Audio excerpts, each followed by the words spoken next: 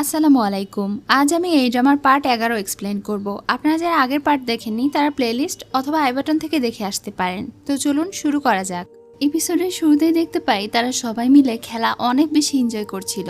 আর এখানে ক্যাপ্টেন এবং মেং একসঙ্গে খেলার সময় ক্যাপ্টেন যেন মেংকে অনেক বেশি ভালোবেসে ফেলেছে। সে আরো ওয়েট করতে পারছিল না তাকে প্রপোজ করার জন্য, এই জন্য সে মেংকে ডাকে। তখন মেং বলে আগে খেলা শেষ করে নি। ক্যাপ্টেন বলে ঠিক আছে, খেলার পরে আমি তোমার সঙ্গে কথা বলতে চাই। এরপরে তারা আবারও যখন খেলা শুরু করে দেয়, হঠাৎ করেই বল একটা ঘোড়ার গায়ে গিয়ে লাগে। সেই ঘোড়া গিয়ে শিমু এবং দুয়ানের বোনের উপরে অ্যাটাক করতে যায়, কিন্তু তখনই তাকে চেং প্রোটেক্ট করে। আর একই সাথে শিমুর ইশারায় সেই ঘোড়াটা থেমে যায়, যেটা দেখে দুয়ান একটু স্বস্তি ফিরে পায়। দুয়ানের বোনকে ফেংয়ের এভাবে প্রোটেক্ট করা দেখেই বোঝা যাচ্ছিল যে সেও হয়তো তাকে ভালোবাসে। তবে সে বেশি কিছু না বলে সেখানে থেকে চলে যায়। এরপর একটা ছেলে যখন তাকে ডিস্টার্ব করে, এটা দেখে আবারও সেখানে ফেং যায় তাকে প্রোটেক্ট করে। তারা দুইজন যখন এক জায়গায় বসে, ফেং তাকে বলে তুমি কান্না করছো কেন? দুয়ানের বোন বলে কই না তো, আমি কেন কান্না করব? ভালো করে দেখো, এটা হচ্ছে মেকআপ। মেকআপ দিয়ে আমি চোখের পানি বানিয়েছি। যখন ফেং অনেক কাছে থেকে তাকে দেখতে যায়, তারা দুজনই অনেক লজ্জা পেয়ে যায়। ফেং তাকে বলে এত সুন্দর মিষ্টি একটা চেহারায় কান্নার মেকআপ করা ঠিক না। তারা দুজন বেশ কিছুক্ষণ গল্প করে। এরপরে যখন সে আবার শিমুর পাশে গিয়ে বসে, তখন শিমু তাকে বলে ফেং আসলেই তোমাকে অনেক বেশি ভালোবাসে। তা না হলে আজকে নিজের প্রাণের পরোয়া না করে তোমাকে এভাবে বাঁচাতে যেতে পারতো না, কারণ আজকে হয়তো সেও মারা যেত। তার এই কথা শুনে সে একটু লজ্জা পেলেও মনে মনে ভাবতে থাকে, যদিও শিমু একটা স্পিরিট, কিন্তু সে তার ভাবি হিসেবে অনেক ভালো একটা মেয়ে। নিজের ভাইয়ের বউ হিসেবে তাকে অনেক বেশি ভালো লাগে। খেলাধুলার আয়োজন শেষে রাতে ক্যাপ্টেন মেংয়ের সঙ্গে একা কথা বলে। সে তার সঙ্গে দেখা করে ওই কথাটা বলে যেটা সে এত বছর ধরে বলতে পারেনি। হ্যাঁ, সে আজকে তাকে প্রপোজ করে, নিজের মনের কথা বলে যে সে তাকে কতটা ভালোবাসে। তার এই কথা শুনে মেং অনেক ঘাবড়ে যায়, কিন্তু মেংও তাকে পছন্দ করত। তাই যদিও সে সরাসরি রাজি হয় না, আবার সে নাও করে না। সেদিন রাতে শিমু এবং দুয়ানজু দুজনেই উঁচু পাহাড় থেকে পুরো শহরটাকে দেখছিল। শিমুর অনেক ভালো লাগে। ঠিক সেই সময় 10 দিন পূরণ হয়ে যাওয়ার কারণে তাদের দুজনের ভেতরে থাকা ইন্দ্রিয়গুলো আবার এক্সচেঞ্জ হয়ে যায়। কিন্তু এবার এত তাড়াতাড়ি 10 দিন পার হয়ে গেল তারা দুজন বুঝতেই পারেনি। শিমু যতই পৃথিবীকে দেখছিল ততই মুগ্ধ হচ্ছিল, ততই তার এখানে থেকে যেতে ইচ্ছে করছিল দুয়ানজুর সঙ্গে। পরদিন সকালে ফেংইর সাহায্যে সেই অবসেশন এবং ক্যান্ডেলের মাধ্যমে সে তার পাওয়ার দিয়ে একটা ব্রেসলেট তৈরি করে ফেলে। এখন এই ব্রেসলেট সবসময় সে তার কাছে রাখতে পারবে, আর এটার মাধ্যমে এই ক্যান্ডেলের আসল মালিককেও সে চিনতে পারবে। কিন্তু এই ক্যান্ডেলের আসল মালিককে শিমু কেন খুঁজে বেড়াচ্ছে, এটার কারণ তোমরা সামনেই জানতে পারবে। এদিকে আমরা লুডাকে দেখতে পাই, যার অবস্থা অনেক খারাপ হয়ে গিয়েছিল। সে এখন তার বাবার শেষ স্মৃতি নিয়ে যখন বসেছিল, সেখানে দুজন দুষ্ট লোক আসে। তার মৃত বাবা সেই শেষ স্মৃতিগুলোকেও ছিঁড়ে ফেলে, এমনকি তাকে মারতে যায়। ঠিক সেই সময় লোকগুলোকে থামিয়ে দেয় এবং সেখানে ইয়ান আসে। সে তাকে বলে আমি জানতাম তোমার আমাকে প্রয়োজন হবে। এই সময় যদি তুমি আমাকে বেছে না নাও, তাহলে তোমাকে এখানেই মরতে হবে। একমাত্র আমি তোমাকে বাঁচিয়ে রাখতে পারবো এবং আমার সঙ্গে কন্ট্রাক্ট করার মাধ্যমে তোমাকে একদম হাই প্রেসড বানিয়ে দিব।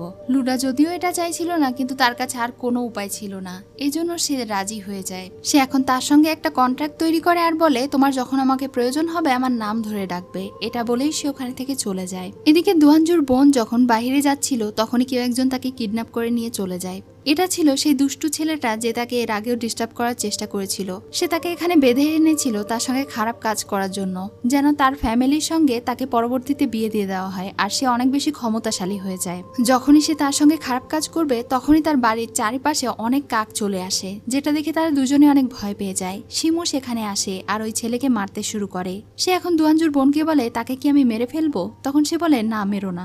এটা শুনে শিমু তাকে মারে না, তবে তাকে পাগল বানিয়ে দেয়। দুয়ানজুর বোন এখন তার আসল রূপ দেখে অনেক বেশি ভয় পেয়ে যায় আর তাকে বলতে থাকে তুমি আসলে কে? তখন সে বলে আমি হলাম শিমু। এটা বলেই সে তাকে বাড়িতে ফিরিয়ে দেয়। যখন দুয়ানজু বাড়িতে আসে, তখন সে তার ভাইয়ের সঙ্গে বসে কথা বলে এবং সব সত্যিটা জানতে পারে। তার ভাই তাকে জানায় এই সব কিছু জানার পরেও সে শিমুকে অনেক ভালোবাসে, কারণ শিমু যেমন সে তেমন ভাবেই তাকে ভালোবাসে। তার এই কথা শুনে তার বোনের হঠাৎ করেই ফেংয়ের কথা মনে পড়ে। তারও এটা মনে হয় যে ফেং যতই তার ভাইয়ের শত্রু হোক না কেন, তবুও সে তাকে ভালোবাসে, কিন্তু সে কিছুই বলে না। সেদিন রাতে দুয়ানজু শিমুর সঙ্গে দেখা করে তাকে ধন্যবাদ জানায় তার বোনকে এত বড় একটা বিপদ থেকে বাঁচানোর জন্য। শিমু এখন তাকে বলে পৃথিবীতে সে এসেছে অনেক দিন হয়ে গিয়েছে, এখন তাকে ভয়েডল্যান্ডে ফিরে যেতে হবে। সেখানে কি অবস্থা তাকে পর্যবেক্ষণ করতে হবে। দুয়ানজু তখন তাকে বলে তুমি আমাকে একেবারে ছেড়ে যাবে না তো? শিমু তাকে প্রমিস করে সে অবশ্যই আবারও তার সঙ্গে দেখা করতে আসবে। দুয়ানজুও বলে তাকে 3 দিনের জন্য এক জায়গায় যেতে হবে, রাজ দরবার থেকে আদেশ এসেছে। সে চায় কিছুদিন পরে যখন সে আবারও ফিরে আসবে, তখন শিমু যেন তার সঙ্গে এসে দেখা করে। শিমুও তখন তাকে বলে ঠিক আছে। এটা বলে তারা দুইজন একে অন্যকে কিস করে আর অনেক রোমান্টিক মুহূর্ত পার করে। পরদিন দুয়ানজু শিমুর কাছে থেকে বিদায় নিয়ে তার কাজে চলে যায় আর শিমু এখন ভয়েডল্যান্ডে চলে এসেছিল। যখন সে দাঁড়িয়েছিল তখনই বাই তাকে হামলা করতে আসে আর সে তার হাতে থাকা সেই চুড়িটা বাজাতে শুরু করে। এই চুড়ি মূলত সে পৃথিবীতে গিয়ে বাইয়ের সেই ক্যান্ডেলের মাধ্যমেই বানিয়েছিল, যে কারণে এই চুড়ি বাজানো মাত্রই বাই এখন তার কন্ট্রোলে চলে এসেছিল। সে বুঝতে পারে বাই এখন অনেকটাই ঠিক হয়ে গিয়েছে, কিন্তু তাকে আরো ঠিক হওয়ার জন্য সে সময় দেয় আর ওখানে থেকে চলে যায়। তখন বাই বলতে থাকে, তুমি যেই সত্য খোঁজার চেষ্টা করছো কখনোই সেটা জানতে পারবে না। এদিকে জিয়াংআই যখন শিমুর সঙ্গে দেখা করতে আসে এবং সে জানতে পারে শিমু অনেক বেশি খুশি, কারণ দুয়ানজুকে সে এখন কমিটমেন্ট দিয়ে ফেলেছে। এটা শুনে সে অনেক বেশি খুশি হয়। সে এখানে জানতে পারে ইয়ানকে অনেকবার সুয়োঝু রাজ্যে গিয়েছে, কারণ সেখানে নাকি তার সমস্যামূলক কিছু মনে হয়েছে, কিন্তু কোনো কিছুই খুঁজে পায়নি। এটা শোনার পরে শিমুর একটু সন্দেহ হয়। সেই দিন অনেক দিন পরে সে আবারও রাজসভায় উপস্থিত হয়, একে একে সবার অভিযোগ শুনে এবং বিচার করতে থাকে। একই সাথে ইয়ানকে যেহেতু তার পারমিশন ছাড়া পৃথিবীতে গিয়েছিল, এজন্য সে তাকে 50টা বেত্রাঘাতের শাস্তি দেয়, যেটা খুব একটা কমও ছিল না। তার পিঠ বেশ ক্ষতবিক্ষত হয়ে গিয়েছিল, কিন্তু এরপরেও সে একটুও রাগ করে না, বরং সে বলতে থাকে, শিমু, পৃথিবীতে এবার তোমার জন্য অনেক আনন্দের একটা ব্যবস্থা করেছি, আশা করি তুমি এটা অনেক পছন্দ করবে। পৃথিবীতে যাওয়ার পরে শিমু দেখতে পায় চেংকে কোনো একটা স্পিরিট আঘাত করার চেষ্টা করছে। সে ওই স্পিরিটকে মারে এবং বুঝতে পারে যে তাদের উপরে নিশ্চয়ই কোনো বিপদ আসবে। সেই দিন রাতে ছদ্মবেশে শিমু দুয়ানজুর সঙ্গে গিয়ে দেখা করে এবং তার সঙ্গে ফ্লার্টিং করে, কিন্তু দুয়ানজু তাকে দেখেই বুঝে ফেলে যে এটা শিমু। তখন সে অবাক হয়ে বলে, তুমি কিভাবে বারবার বুঝে ফেলো? এরপরে তারা দুইজন অনেক গল্প করে। অন্যদিকে লুডাকে দেখতে পাই, সে এখন দুয়ানজুর শত্রুপক্ষের সঙ্গে গিয়ে হাত মেলায় আর বলে তারা দুইজনই দুয়ানজুকে মারার জন্য একসঙ্গে মিলে কাজ করবে। দুয়ানজু এখন সুয়োঝু রাজ্যে যাওয়ার পরে সবার প্রথমে তার বন্ধু হানকে উদ্ধার করে, যাকে জেলখানায় বন্দি করে রাখা ছিল। সে তাকে উদ্ধার করার জন্য গেলে হান প্রচন্ড রেগে যায় আর তাকে বলে, তুমি কেন আমার স্মৃতিগুলো মুছে ফেলেছিলে? তখন সে অবাক হয়ে বলে, তোমার সবকিছু মনে পড়ে গেছে? হান বারবার তাকে জিজ্ঞাসা করতে থাকে সেদিন সে তাকে কেন বাঁচিয়েছিল, কিন্তু এসব কিছু বলার সময় ছিল না। ততক্ষণে সেখানে রাজার লোকেরা চলে এসেছিল, তাদেরকে বন্দি বানিয়ে ফেলেছে। এখন সেই লোকেরা তাদের উপরে হামলা শুরু করে দেয়। হান এবং দুয়ান দুইজন মিলে তাদের সঙ্গে লড়াই করছিল। হান সেখানে জ্ঞান হারিয়ে পড়ে যায়। দুয়ানও তাদের সঙ্গে লড়াই করতে করতে অনেক বেশি আহত হয়ে যায়। ঠিক সেই সময় সেখানে শিমু চলে আসে। দুয়ানের অবস্থা এত বেশি খারাপ দেখে সে তো প্রচন্ড রেগে যায়। তার এত বেশি রাগ হয় যে সে ওখানে থাকা লোকটাকে মেরে ফেলে। এরপর সে দুয়ানকে তার সঙ্গে করে উদ্ধার করে নিয়ে যায় এবং তার সেবা করতে থাকে। এখানে শিমু তার সঙ্গে অনেক রকমের কথা বলে বুঝতে পারছিল দুয়ানজু ধীরে ধীরে স্মৃতিশক্তি কমজোর হয়ে যাচ্ছে, সে অনেক কথাই ভুলে গিয়েছে। কিন্তু দুয়ানজু তাকে সান্ত্বনা দিয়ে বলে, আসলে আমার বয়স হচ্ছে তো, তাই আমার স্মৃতিশক্তি কমজোর হয়ে যাচ্ছে। কিন্তু শিমু এখন বুঝতে পেরেছিল তার দুয়ানজুর আশেপাশে থাকাটা তার কতটা ক্ষতি করছে। সে এখন দুয়ানজুকে নিজের খেয়াল রাখতে বলে আর সেখানে থেকে চলে যায়। ভয়েডল্যান্ডে ফিরে সে জিয়াংআইয়ের সঙ্গে দেখা করে এবং জিয়াংআইকে সেই চুড়িটা দিয়ে দেয়, কারণ সে এখন থেকে বাইয়ের দায়িত্ব তাকে দিয়ে দেয় আর বাইকে দ্রুত সারিয়ে তুলতে বলে। সেদিন যখন সে রাজসভায় বসে তখন সবার সামনে ইয়ানকে তাকে বলে, গতকালকে সে মানুষদের দুনিয়ায় গিয়ে একটা মানুষকে মেরে এসেছে আর তাদের স্পিরিটদের মানুষকে মারার কোনো অনুমতি নেই। তাই ভয়েডল্যান্ডের নিয়ম অনুযায়ী সব স্পিরিটগুলো যেই নিয়মগুলো মান্য করে, রানী হিসেবে তারও উচিত এই সব নিয়মগুলোকে মান্য করা। মানে ইয়ানকে তাকে সবার সামনে অ্যাপ্রোচ করে যেন সে শাস্তি গ্রহণ করে। তার এই কথায় আশেপাশের সবাই ভয় পেতে শুরু করে আর অবাক হয়ে যায়, কিন্তু শিমু তার এই কথা মেনে নেয়, কারণ সে একটা দৃষ্টান্ত স্থাপন করতে চায়। অন্য সব সাধারণ স্পিরিটদের মতো সেও এখন ওই জায়গায় চলে যায় যেখানে স্পিরিটদেরকে শাস্তি দেওয়া হয়। সে এটার সামনে নিজের অপরাধ কবুল করে এবং শাস্তি দিতে বলে। সঙ্গে সঙ্গে তার উপরে শাস্তি নেমে আসে। সেখানে থাকা সবাই তার এই শাস্তি দেখে অনেক বেশি ভয় পাচ্ছিল। তার উপরে ভয়ঙ্কর শাস্তি দেওয়া হয়, সে প্রচন্ড কষ্ট পায়। যখন শাস্তি দেওয়া শেষ হয়ে যায় তখন ফায়ার ড্রাগনগুলো ভেতরে চলে যায়। ইয়ানকে এই সব কিছু দেখে যেন বেশ আনন্দই পায়। সে এখন শিমুকে বলে, আপনি আসলে একটা দৃষ্টান্ত স্থাপন করেছেন, এখন থেকে আমি আপনাকে মান্য করব। কিন্তু শিমু তাকে বলে, এত ভনিতা করার প্রয়োজন নেই, এখন থেকে এই ভয়েডল্যান্ডের সমস্ত দায়িত্ব জিয়াংআইকে দেওয়া হলো, সে এই সবকিছুর দায়িত্ব পালন করবে। এটা বলেই সে ওখানে থেকে চলে যায়, যার ফলে ইয়ানকের আরো বেশি রাগ হয়ে যায়। শিমু তার ঘরে ফিরে যাওয়ার পরে সে অনেক বেশি দুর্বল থাকার কারণে ওখানেই জ্ঞান হারিয়ে পড়ে যায়। যখন তার জ্ঞান ফিরে আসে তখন দেখতে পায় ইয়ানকে তার সেবা করছিল। সেই ইয়ানকে দেখে বলে, গতকালকে তুমি আমাকে কষ্ট পেতে দেখে নিশ্চয়ই অনেক বেশি খুশি হয়েছো, তাই না? তখন ইয়ানকে তাকে বলে, না, আমি কেন খুশি হব? ওখানে থেকে আসার পরে তোমার পাওয়ার অর্ধেক হয়ে গিয়েছে। আমি জানতাম তুমি অসুস্থ, তোমার জন্য আমার অনেক বেশি চিন্তা হচ্ছিল। এজন্যই তো তোমার বাড়ির চারিপাশে আমি একটা ব্যারিয়ার দিয়ে দিয়েছি, যেন এখানে থেকে তুমি কখনো বের হতে না পারো। এটা শোনা মাত্রই শিমু সেখানে থেকে বের হওয়ার চেষ্টা করে, কিন্তু পারে না। কারণ ইয়ানকে তাকে আটকে রেখেছে। এখন যেহেতু ইয়ানকের পাওয়ার শিমুর থেকে অনেক বেশি, তাই সে চাইলেও ইয়ানকের সঙ্গে মোকাবেলা করতে পারবে না। আর এই সবকিছু ইয়ানকে করছিল শিমুর ভালোবাসা পাওয়ার জন্য। সে তাকে বলে, আমি তোমাকে অনেকভাবে বোঝানোর চেষ্টা করেছি কিন্তু তুমি বোঝোনি, কিন্তু এখন থেকে এখানে শুধু তুমি আর আমি থাকবো। তোমাকে আর কষ্ট করে সোভিয়ারিং এর দায়িত্ব পালন করতে হবে না। এখন থেকে এই ক্ল্যানের রাজা হব আমি, আর তুমি হবে আমার রানী। আর যদি তুমি এই ব্যারিয়ার ভাঙার চেষ্টা করো অথবা নিজের পাওয়ার বেশি বাড়ানোর চেষ্টা করো, তাহলে এই ব্যারিয়ার তোমার পাওয়ার আরো বেশি শুষে নিয়ে তোমাকে আরো দুর্বল করে দেবে, আর এই ব্যারিয়ার হয়ে উঠবে শক্তিশালী। এটা বলেই সে ওখানে থেকে চলে যায়। তখন তো শিমু প্রচন্ড রেগে যায়, তবে এখন আর তার কিছুই করার থাকে না। এদিকে ইয়ানকে এখন রাজসভায় উপস্থিত হয়, সবার উদ্দেশ্যে বলে গতকালকে শাস্তির কারণে শিমু অনেক বেশি আহত হয়ে গিয়েছে, এজন্য সে ইয়ানকে এই পুরো ভয়েডল্যান্ডের দায়িত্ব দিয়েছে 5 বছরের জন্য। এখন থেকে 5 বছরের জন্য সে এখানকার সোভিয়ারিং। এটা শুনে তারা অনেক বেশি অবাক হয়ে যায়। এমনকি ইয়ানকে তাদেরকে বলে জিয়াংআইকে জেলে ভরতে। তখন জিয়াংআই বিরোধিতা করে এবং বলে গতকালকে সবার সামনে শিমু বলেছে এই ভয়েডল্যান্ডের সমস্ত দায়িত্ব আমার উপরে দিতে। আমি যেহেতু লেফট হ্যান্ড, সেহেতু তোমার কথাই চলবে না। শিমু যদি নিজে মুখে এসে সবার সামনে এটা বলে, তাহলে একমাত্র আমাকে ধরা যাবে। এটা বলেই সে ওখানে থেকে চলে যায়, আর ইয়ানকের কিছুই করার থাকে না। জিয়াংআই এখন শিমুর সঙ্গে দেখা করতে যায়, কিন্তু সেখানে চারিদিকে ব্যারিয়ার দেখে বুঝতে পারে যে ইয়ানকে আসলে তাকে বন্দী করে রেখেছে। এটা দেখে সে ওখানে থেকে চলে যায়।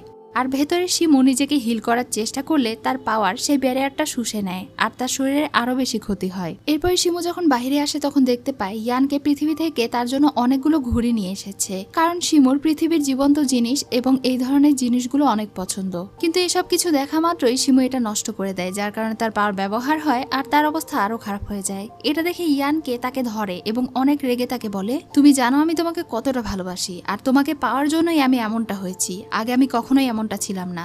আমি তোমার জন্য সবকিছু করতে রাজি, সবকিছু করার চেষ্টাও করছি, কিন্তু তারপরেও তুমি আমাকে কেন এতটা ঘৃণা করো? শিমু শুধু তাকে বলে, তুমি যেটা চাও সেটা কখনোই পাবে না। ইয়ানকে তাকে বলে, তুমি এতদিন অনেক শাসন করেছো এই রাজ্য, এবার দেখো আমি কিভাবে ভয়েডল্যান্ড শাসন করি। এটা বলেই সে ওখানে থেকে চলে যায়। এর পরের সিনেই আমরা দেখতে পাই ভয়েডল্যান্ডের অবস্থা অনেক খারাপ হয়ে গিয়েছে। আশেপাশে সব স্পিরিটরা দৌড়াদৌড়ি করছে, একে অন্যকে মারছে। ইয়ানকের আদেশে জিয়াংআইকেও ধরতে যাওয়া হয়, কিন্তু সে ওখানে ছিল না, কারণ সে বাইয়ের কাছে ছিল। সে তাকে কন্ট্রোল করার চেষ্টা করছিল এবং নিজের পাওয়ার দিয়ে অনেকটাই সুস্থ করে ফেলেছিল।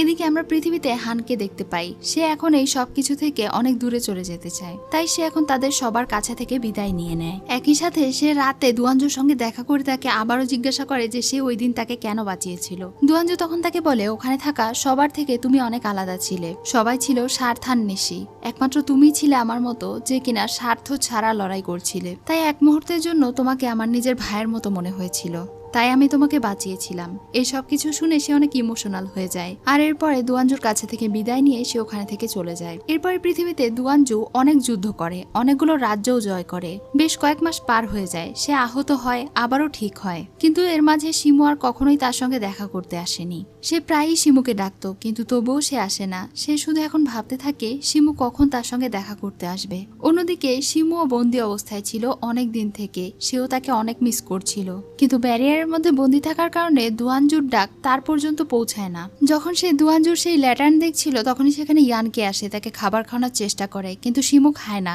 তখন সেই ইয়ানকের দেওয়া সেই ল্যাটার্ন ভেঙে ফেলে, প্রচন্ড রেগে যায় আর তাকে বলতে থাকে, আমাদের দুজনের মধ্যে যেই বাধা হয়ে আসবে তাকেই আমি খতম করে ফেলবো, তুমি শুধু আমার ফিরে আসার অপেক্ষা করো। এটা বলেই সে ওখানে থেকে চলে যায়। এদিকে দুয়ানজু যখন বাহিরে যাচ্ছিল তখনই সেখানে ইয়ানকে আসে তাকে মারার জন্য। প্রথমে যখন সে দুয়ানজুকে বারবার মারার চেষ্টা করে তখন তার কাছে থাকা শিমুর দেওয়া সেই সুরক্ষা কার্ড তাকে প্রোটেক্ট করছিল, একই সাথে তার তরোয়ালটাও তাকে প্রোটেক্ট করছিল। কিন্তু যখন সেই টোকেন ভেঙে যায় তখন সে তাকে আঘাত করার সুযোগ পেয়ে যায়। এমন সময় সেখানে ফেঙি আসে। সে তার ফরমেশনের মাধ্যমে ইয়ানকে হারানোর চেষ্টা করে। যখন সে তাদের সঙ্গে পেরে ওঠে না তখন ইয়ানকে সেখানে থেকে পালিয়ে যায়, কিন্তু ফেঙির অবস্থা অনেক বেশি খারাপ হয়ে যায়। এমনিতেই সে অসুস্থ ছিল, তার উপরে পাওয়ার ব্যবহার করার কারণে তার অবস্থা আধমরা হয়ে যায়। দুয়ানজু এখন তার কাছে শিমুর ব্যাপারে জিজ্ঞাসা করে, তখন ফেঙি বলে সেও অনেকবার তার সঙ্গে যোগাযোগ করার চেষ্টা করেছে, কিন্তু কিছুতেই তার সঙ্গে যোগাযোগ করতে পারছে না। সে নিজেও শিমুর জন্য অনেক বেশি চিন্তিত হয়ে পড়েছে। জিলি এখন দুয়ানজুকে সেখানে থেকে চলে যেতে বলে, কারণ ফেঙি অনেক অসুস্থ। সে যাওয়ার পরে সে ফেঙিকে ঔষধ খাওয়ায়, আর তার এই অবস্থা দেখে সেও অনেক বেশি চিন্তায় পড়ে যায়। ইয়ানকে এখন আবারও ভয়েডল্যান্ডে গিয়ে শিমুকে সব ঘটনা খুলে বলে। দুয়ানজু যদিও আজকে তার হাত থেকে বেঁচে গিয়েছে, কিন্তু ভবিষ্যতে সে আবারও তাকে ধরবে। শিমু এখন তাকে বলে, তুমি আসলে এই সব কিছু কেন করছো? ক্ষমতার লোভে, তাই না? ইয়ানকে বলে, তুমি ভুল ভাবছো, আমার একমাত্র অবসেশন হচ্ছে তুমি, আমি তোমাকে পেতে চাই। কিন্তু শিমু হেসে বলে তুমি আসলে পাওয়ার পেতে চাও, আমাকে না। ইয়ানকে আর বেশি কিছু না বলে ওখানে থেকে চলে যায়। তখন শিমু তার হাতে থাকা সেই কাঠের শেয়ালটা দেখে দুয়ানজুকে অনেক মিস করতে থাকে। পরদিন ইয়ানকে আবার তার জন্য অনেক সুন্দর এবং রাজকীয় একটা মুকুট নিয়ে আসে। সে তাকে বলে আমি তোমার জন্য এই মুকুট তৈরি করেছি, এটা পরো এবং আমার রানী হয়ে যাও। কিন্তু শিমু কিছুতেই তার রানী হতে চায় না। সে আবারও জেদ দেখিয়ে তার সমস্ত পাওয়ার ব্যবহার করে সেটাকে নষ্ট করে দেয়। আর এর ফলে এবার সে আসলেই অনেক বেশি আহত হয়ে যায়। ইয়ানকে এখন তাকে কোলে তুলে নেয় আর তাকে বলতে থাকে আমি মনে হয় তোমাকে আসলেই বেশি আশকারা দিয়ে ফেলেছি, সমস্যা নেই, তুমি এই বাড়ির সবকিছু ভেঙে ফেলো, আমি আবার তোমার জন্য সবকিছু নিয়ে আসবো। এটা বলেই সে তাকে ওখানে রেখে চলে যায় এবং রাজসভায় গিয়ে এবার সে রাজ আসনে বসে পড়ে এবং তাদের সবাইকে বলে আজকের পর থেকে এই ভয়েডল্যান্ডের রাজা হচ্ছে সে। যদিও সবাই তাকে মেনে নিতে পারছিল না, শুধুমাত্র একজন বাদে। ইয়ানকে এখন পৃথিবী থেকে জীবন্ত ফুল এবং পাখি নিয়ে আসার চেষ্টা করে, কিন্তু যখনই সেটা ভয়েডল্যান্ডে নিয়ে আসে সেই ফুলও মারা যায়, পাখিও মারা যায়। তাই এবার সে আরো একটা খরগোশ নিয়ে আসে এবং নিজের জাদুর মাধ্যমে এটাকে বাঁচিয়ে রাখে, কারণ ভয়েডল্যান্ড হচ্ছে মৃত্যুপুরী, এখানে আসা মাত্রই এই জীবন্ত জিনিসগুলো মারা যায়। এবার সে ওই খরগোশ শিমুর ঘরে ছেড়ে দেয়। খরগোশ দেখে শিমু তো অনেক বেশি খুশি হয়ে যায়, এটাকে কোলে তুলে নেয়। তখন সে বুঝতে পারে ইয়ানকে এটা তার জন্য রেখে গিয়েছে। তাকে খুশি হতে দেখে এবার ইয়ানকেও খুশি হয় এবং সেখানে থেকে চলে যায়। কিন্তু সে ওখানে থেকে যাওয়া মাত্রই শিমুর হাতে আমরা পাওয়ারফুল একটা কিছু দেখতে পাই। অন্যদিকে দুয়ানজুকে দেখতে পাই, সে যেহেতু বারবার চেষ্টা করেও শিমুর সঙ্গে সংযোগ করতে পারছে না, শিমু সেখানে আসে না, তাই সে এখন থেকে তার জন্য অপেক্ষা করতে শুরু করে এবং তার কাজ এগোতে শুরু করে। একের পর এক যুদ্ধ জিততে শুরু করে। ধীরে ধীরে চেং বড় হচ্ছিল, তারা একের পর এক যুদ্ধ জিতে যাচ্ছিল এবং রাজ্যগুলোকে একত্র করছিল। অন্যদিকে শিমু তার কাছে থাকা সেই আর্টিফ্যাক্টের মাধ্যমে গোপনে তার পাওয়ার ইনক্রিজ করছিল। ইয়ানকে এ বিষয়ে জানতো না, কারণ সে তো শুধুমাত্র শিমুকে খুশি করা নিয়ে ব্যস্ত ছিল। সে মনে করছিল এই সবকিছু করার কারণে হয়তো শিমু আস্তে আস্তে তাকে পছন্দ করবে, কিন্তু আসলে তো শিমু ধীরে ধীরে শক্তিশালী হচ্ছিল। অন্যদিকে জিয়াংআইও এখন তার ভালোবাসা এবং পাওয়ারের মাধ্যমে বাইকে পুরোপুরি সুস্থ করে তোলে। দেখতে দেখতে 5 বছর হয়ে গিয়েছে, কিন্তু ইয়ানকে এবং তার লোকেরা এখন পর্যন্ত জিয়াংআই এবং বাইকে খুঁজে বের করতে পারেনি। সেখানে থাকা সবাইকে দেখেই বোঝা যাচ্ছিল ইয়ানকের প্রতি তারা একটু সন্তুষ্ট নয়। সবাই চলে যাওয়ার পর একজন সৈনিক এসে তাকে জানায় জিয়াংআই কোথায় আছে তারা খুঁজে বের করেছে। আসলে 5 বছর থেকে জিয়াংআই জেলখানার ভেতরে লুকিয়ে বাইকে সুস্থ করছিল। ইয়ানকে এখন তাদের দুজনকে সেখানে ধরে ফেলে। যখন সে তাদেরকে আঘাত করবে তখন জিয়াংআই তাকে বলে শিমু যখন জানতে পারবে যে তুমি তার বাবাকে মেরে ফেলেছিলে তখন কি সে তোমাকে ছেড়ে দেবে ভেবেছো? আর সে যে শিমুর বাবাকে মেরেছিল বাই হলো তার প্রমাণ।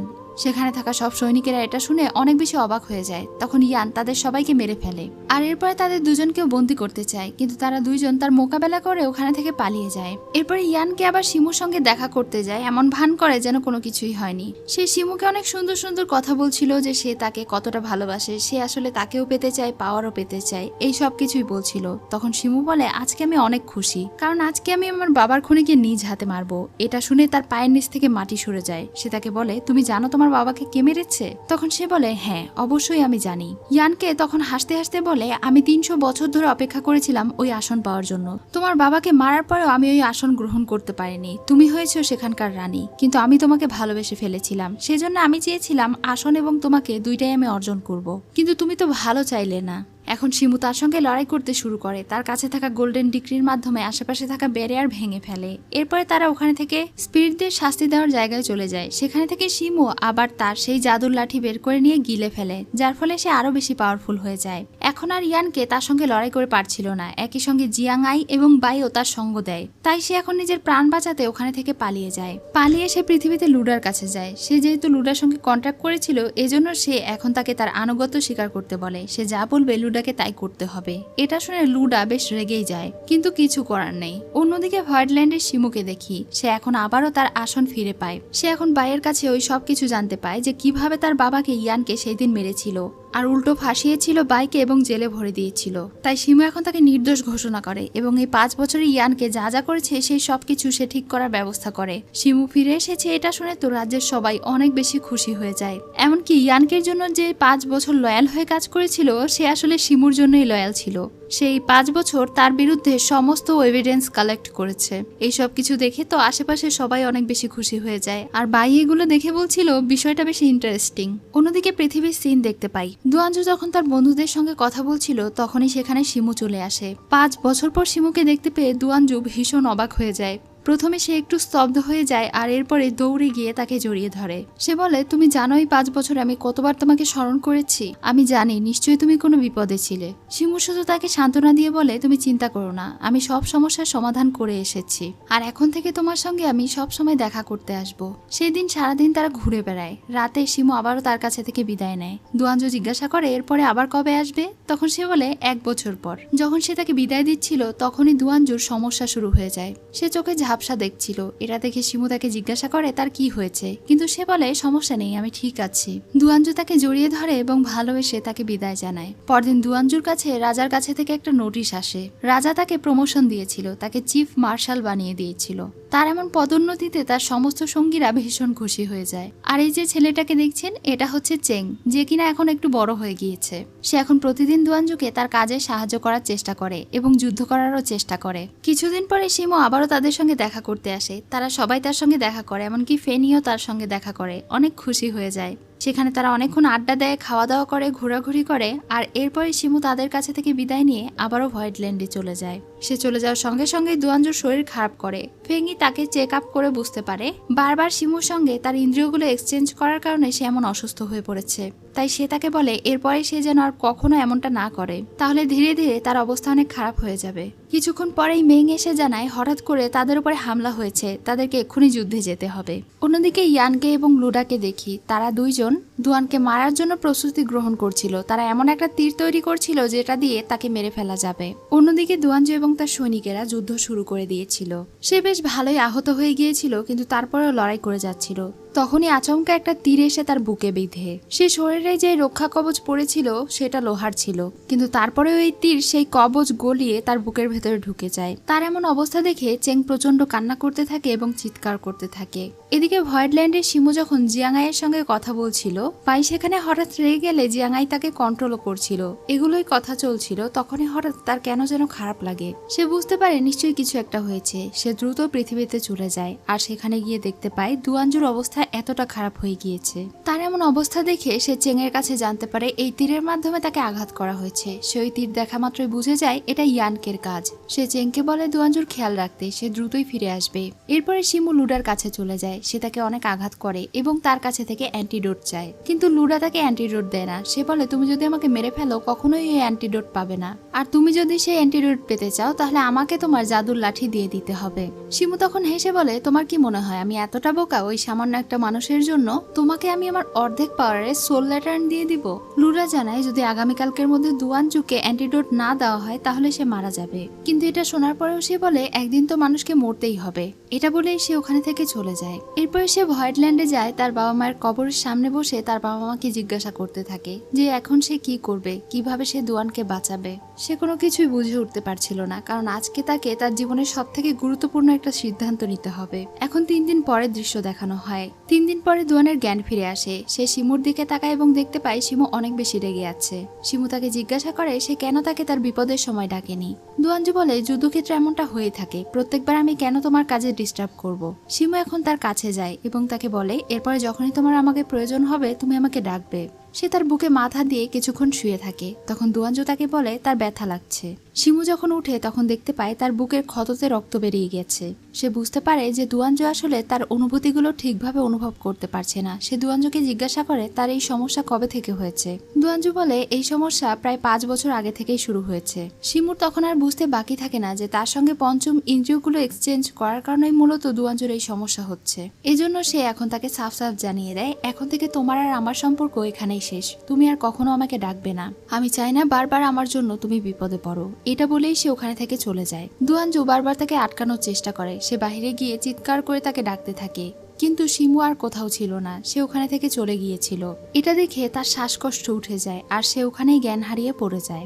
এখানেই আজকের এপিসোড শেষ হয়ে যায়। সো ভিউয়ার্স, আজকের এপিসোড আপনাদের কেমন লেগেছে অবশ্যই জানাবেন। আর লাস্ট এপিসোডে আসা পর্যন্ত সবাই ভালো থাকবেন।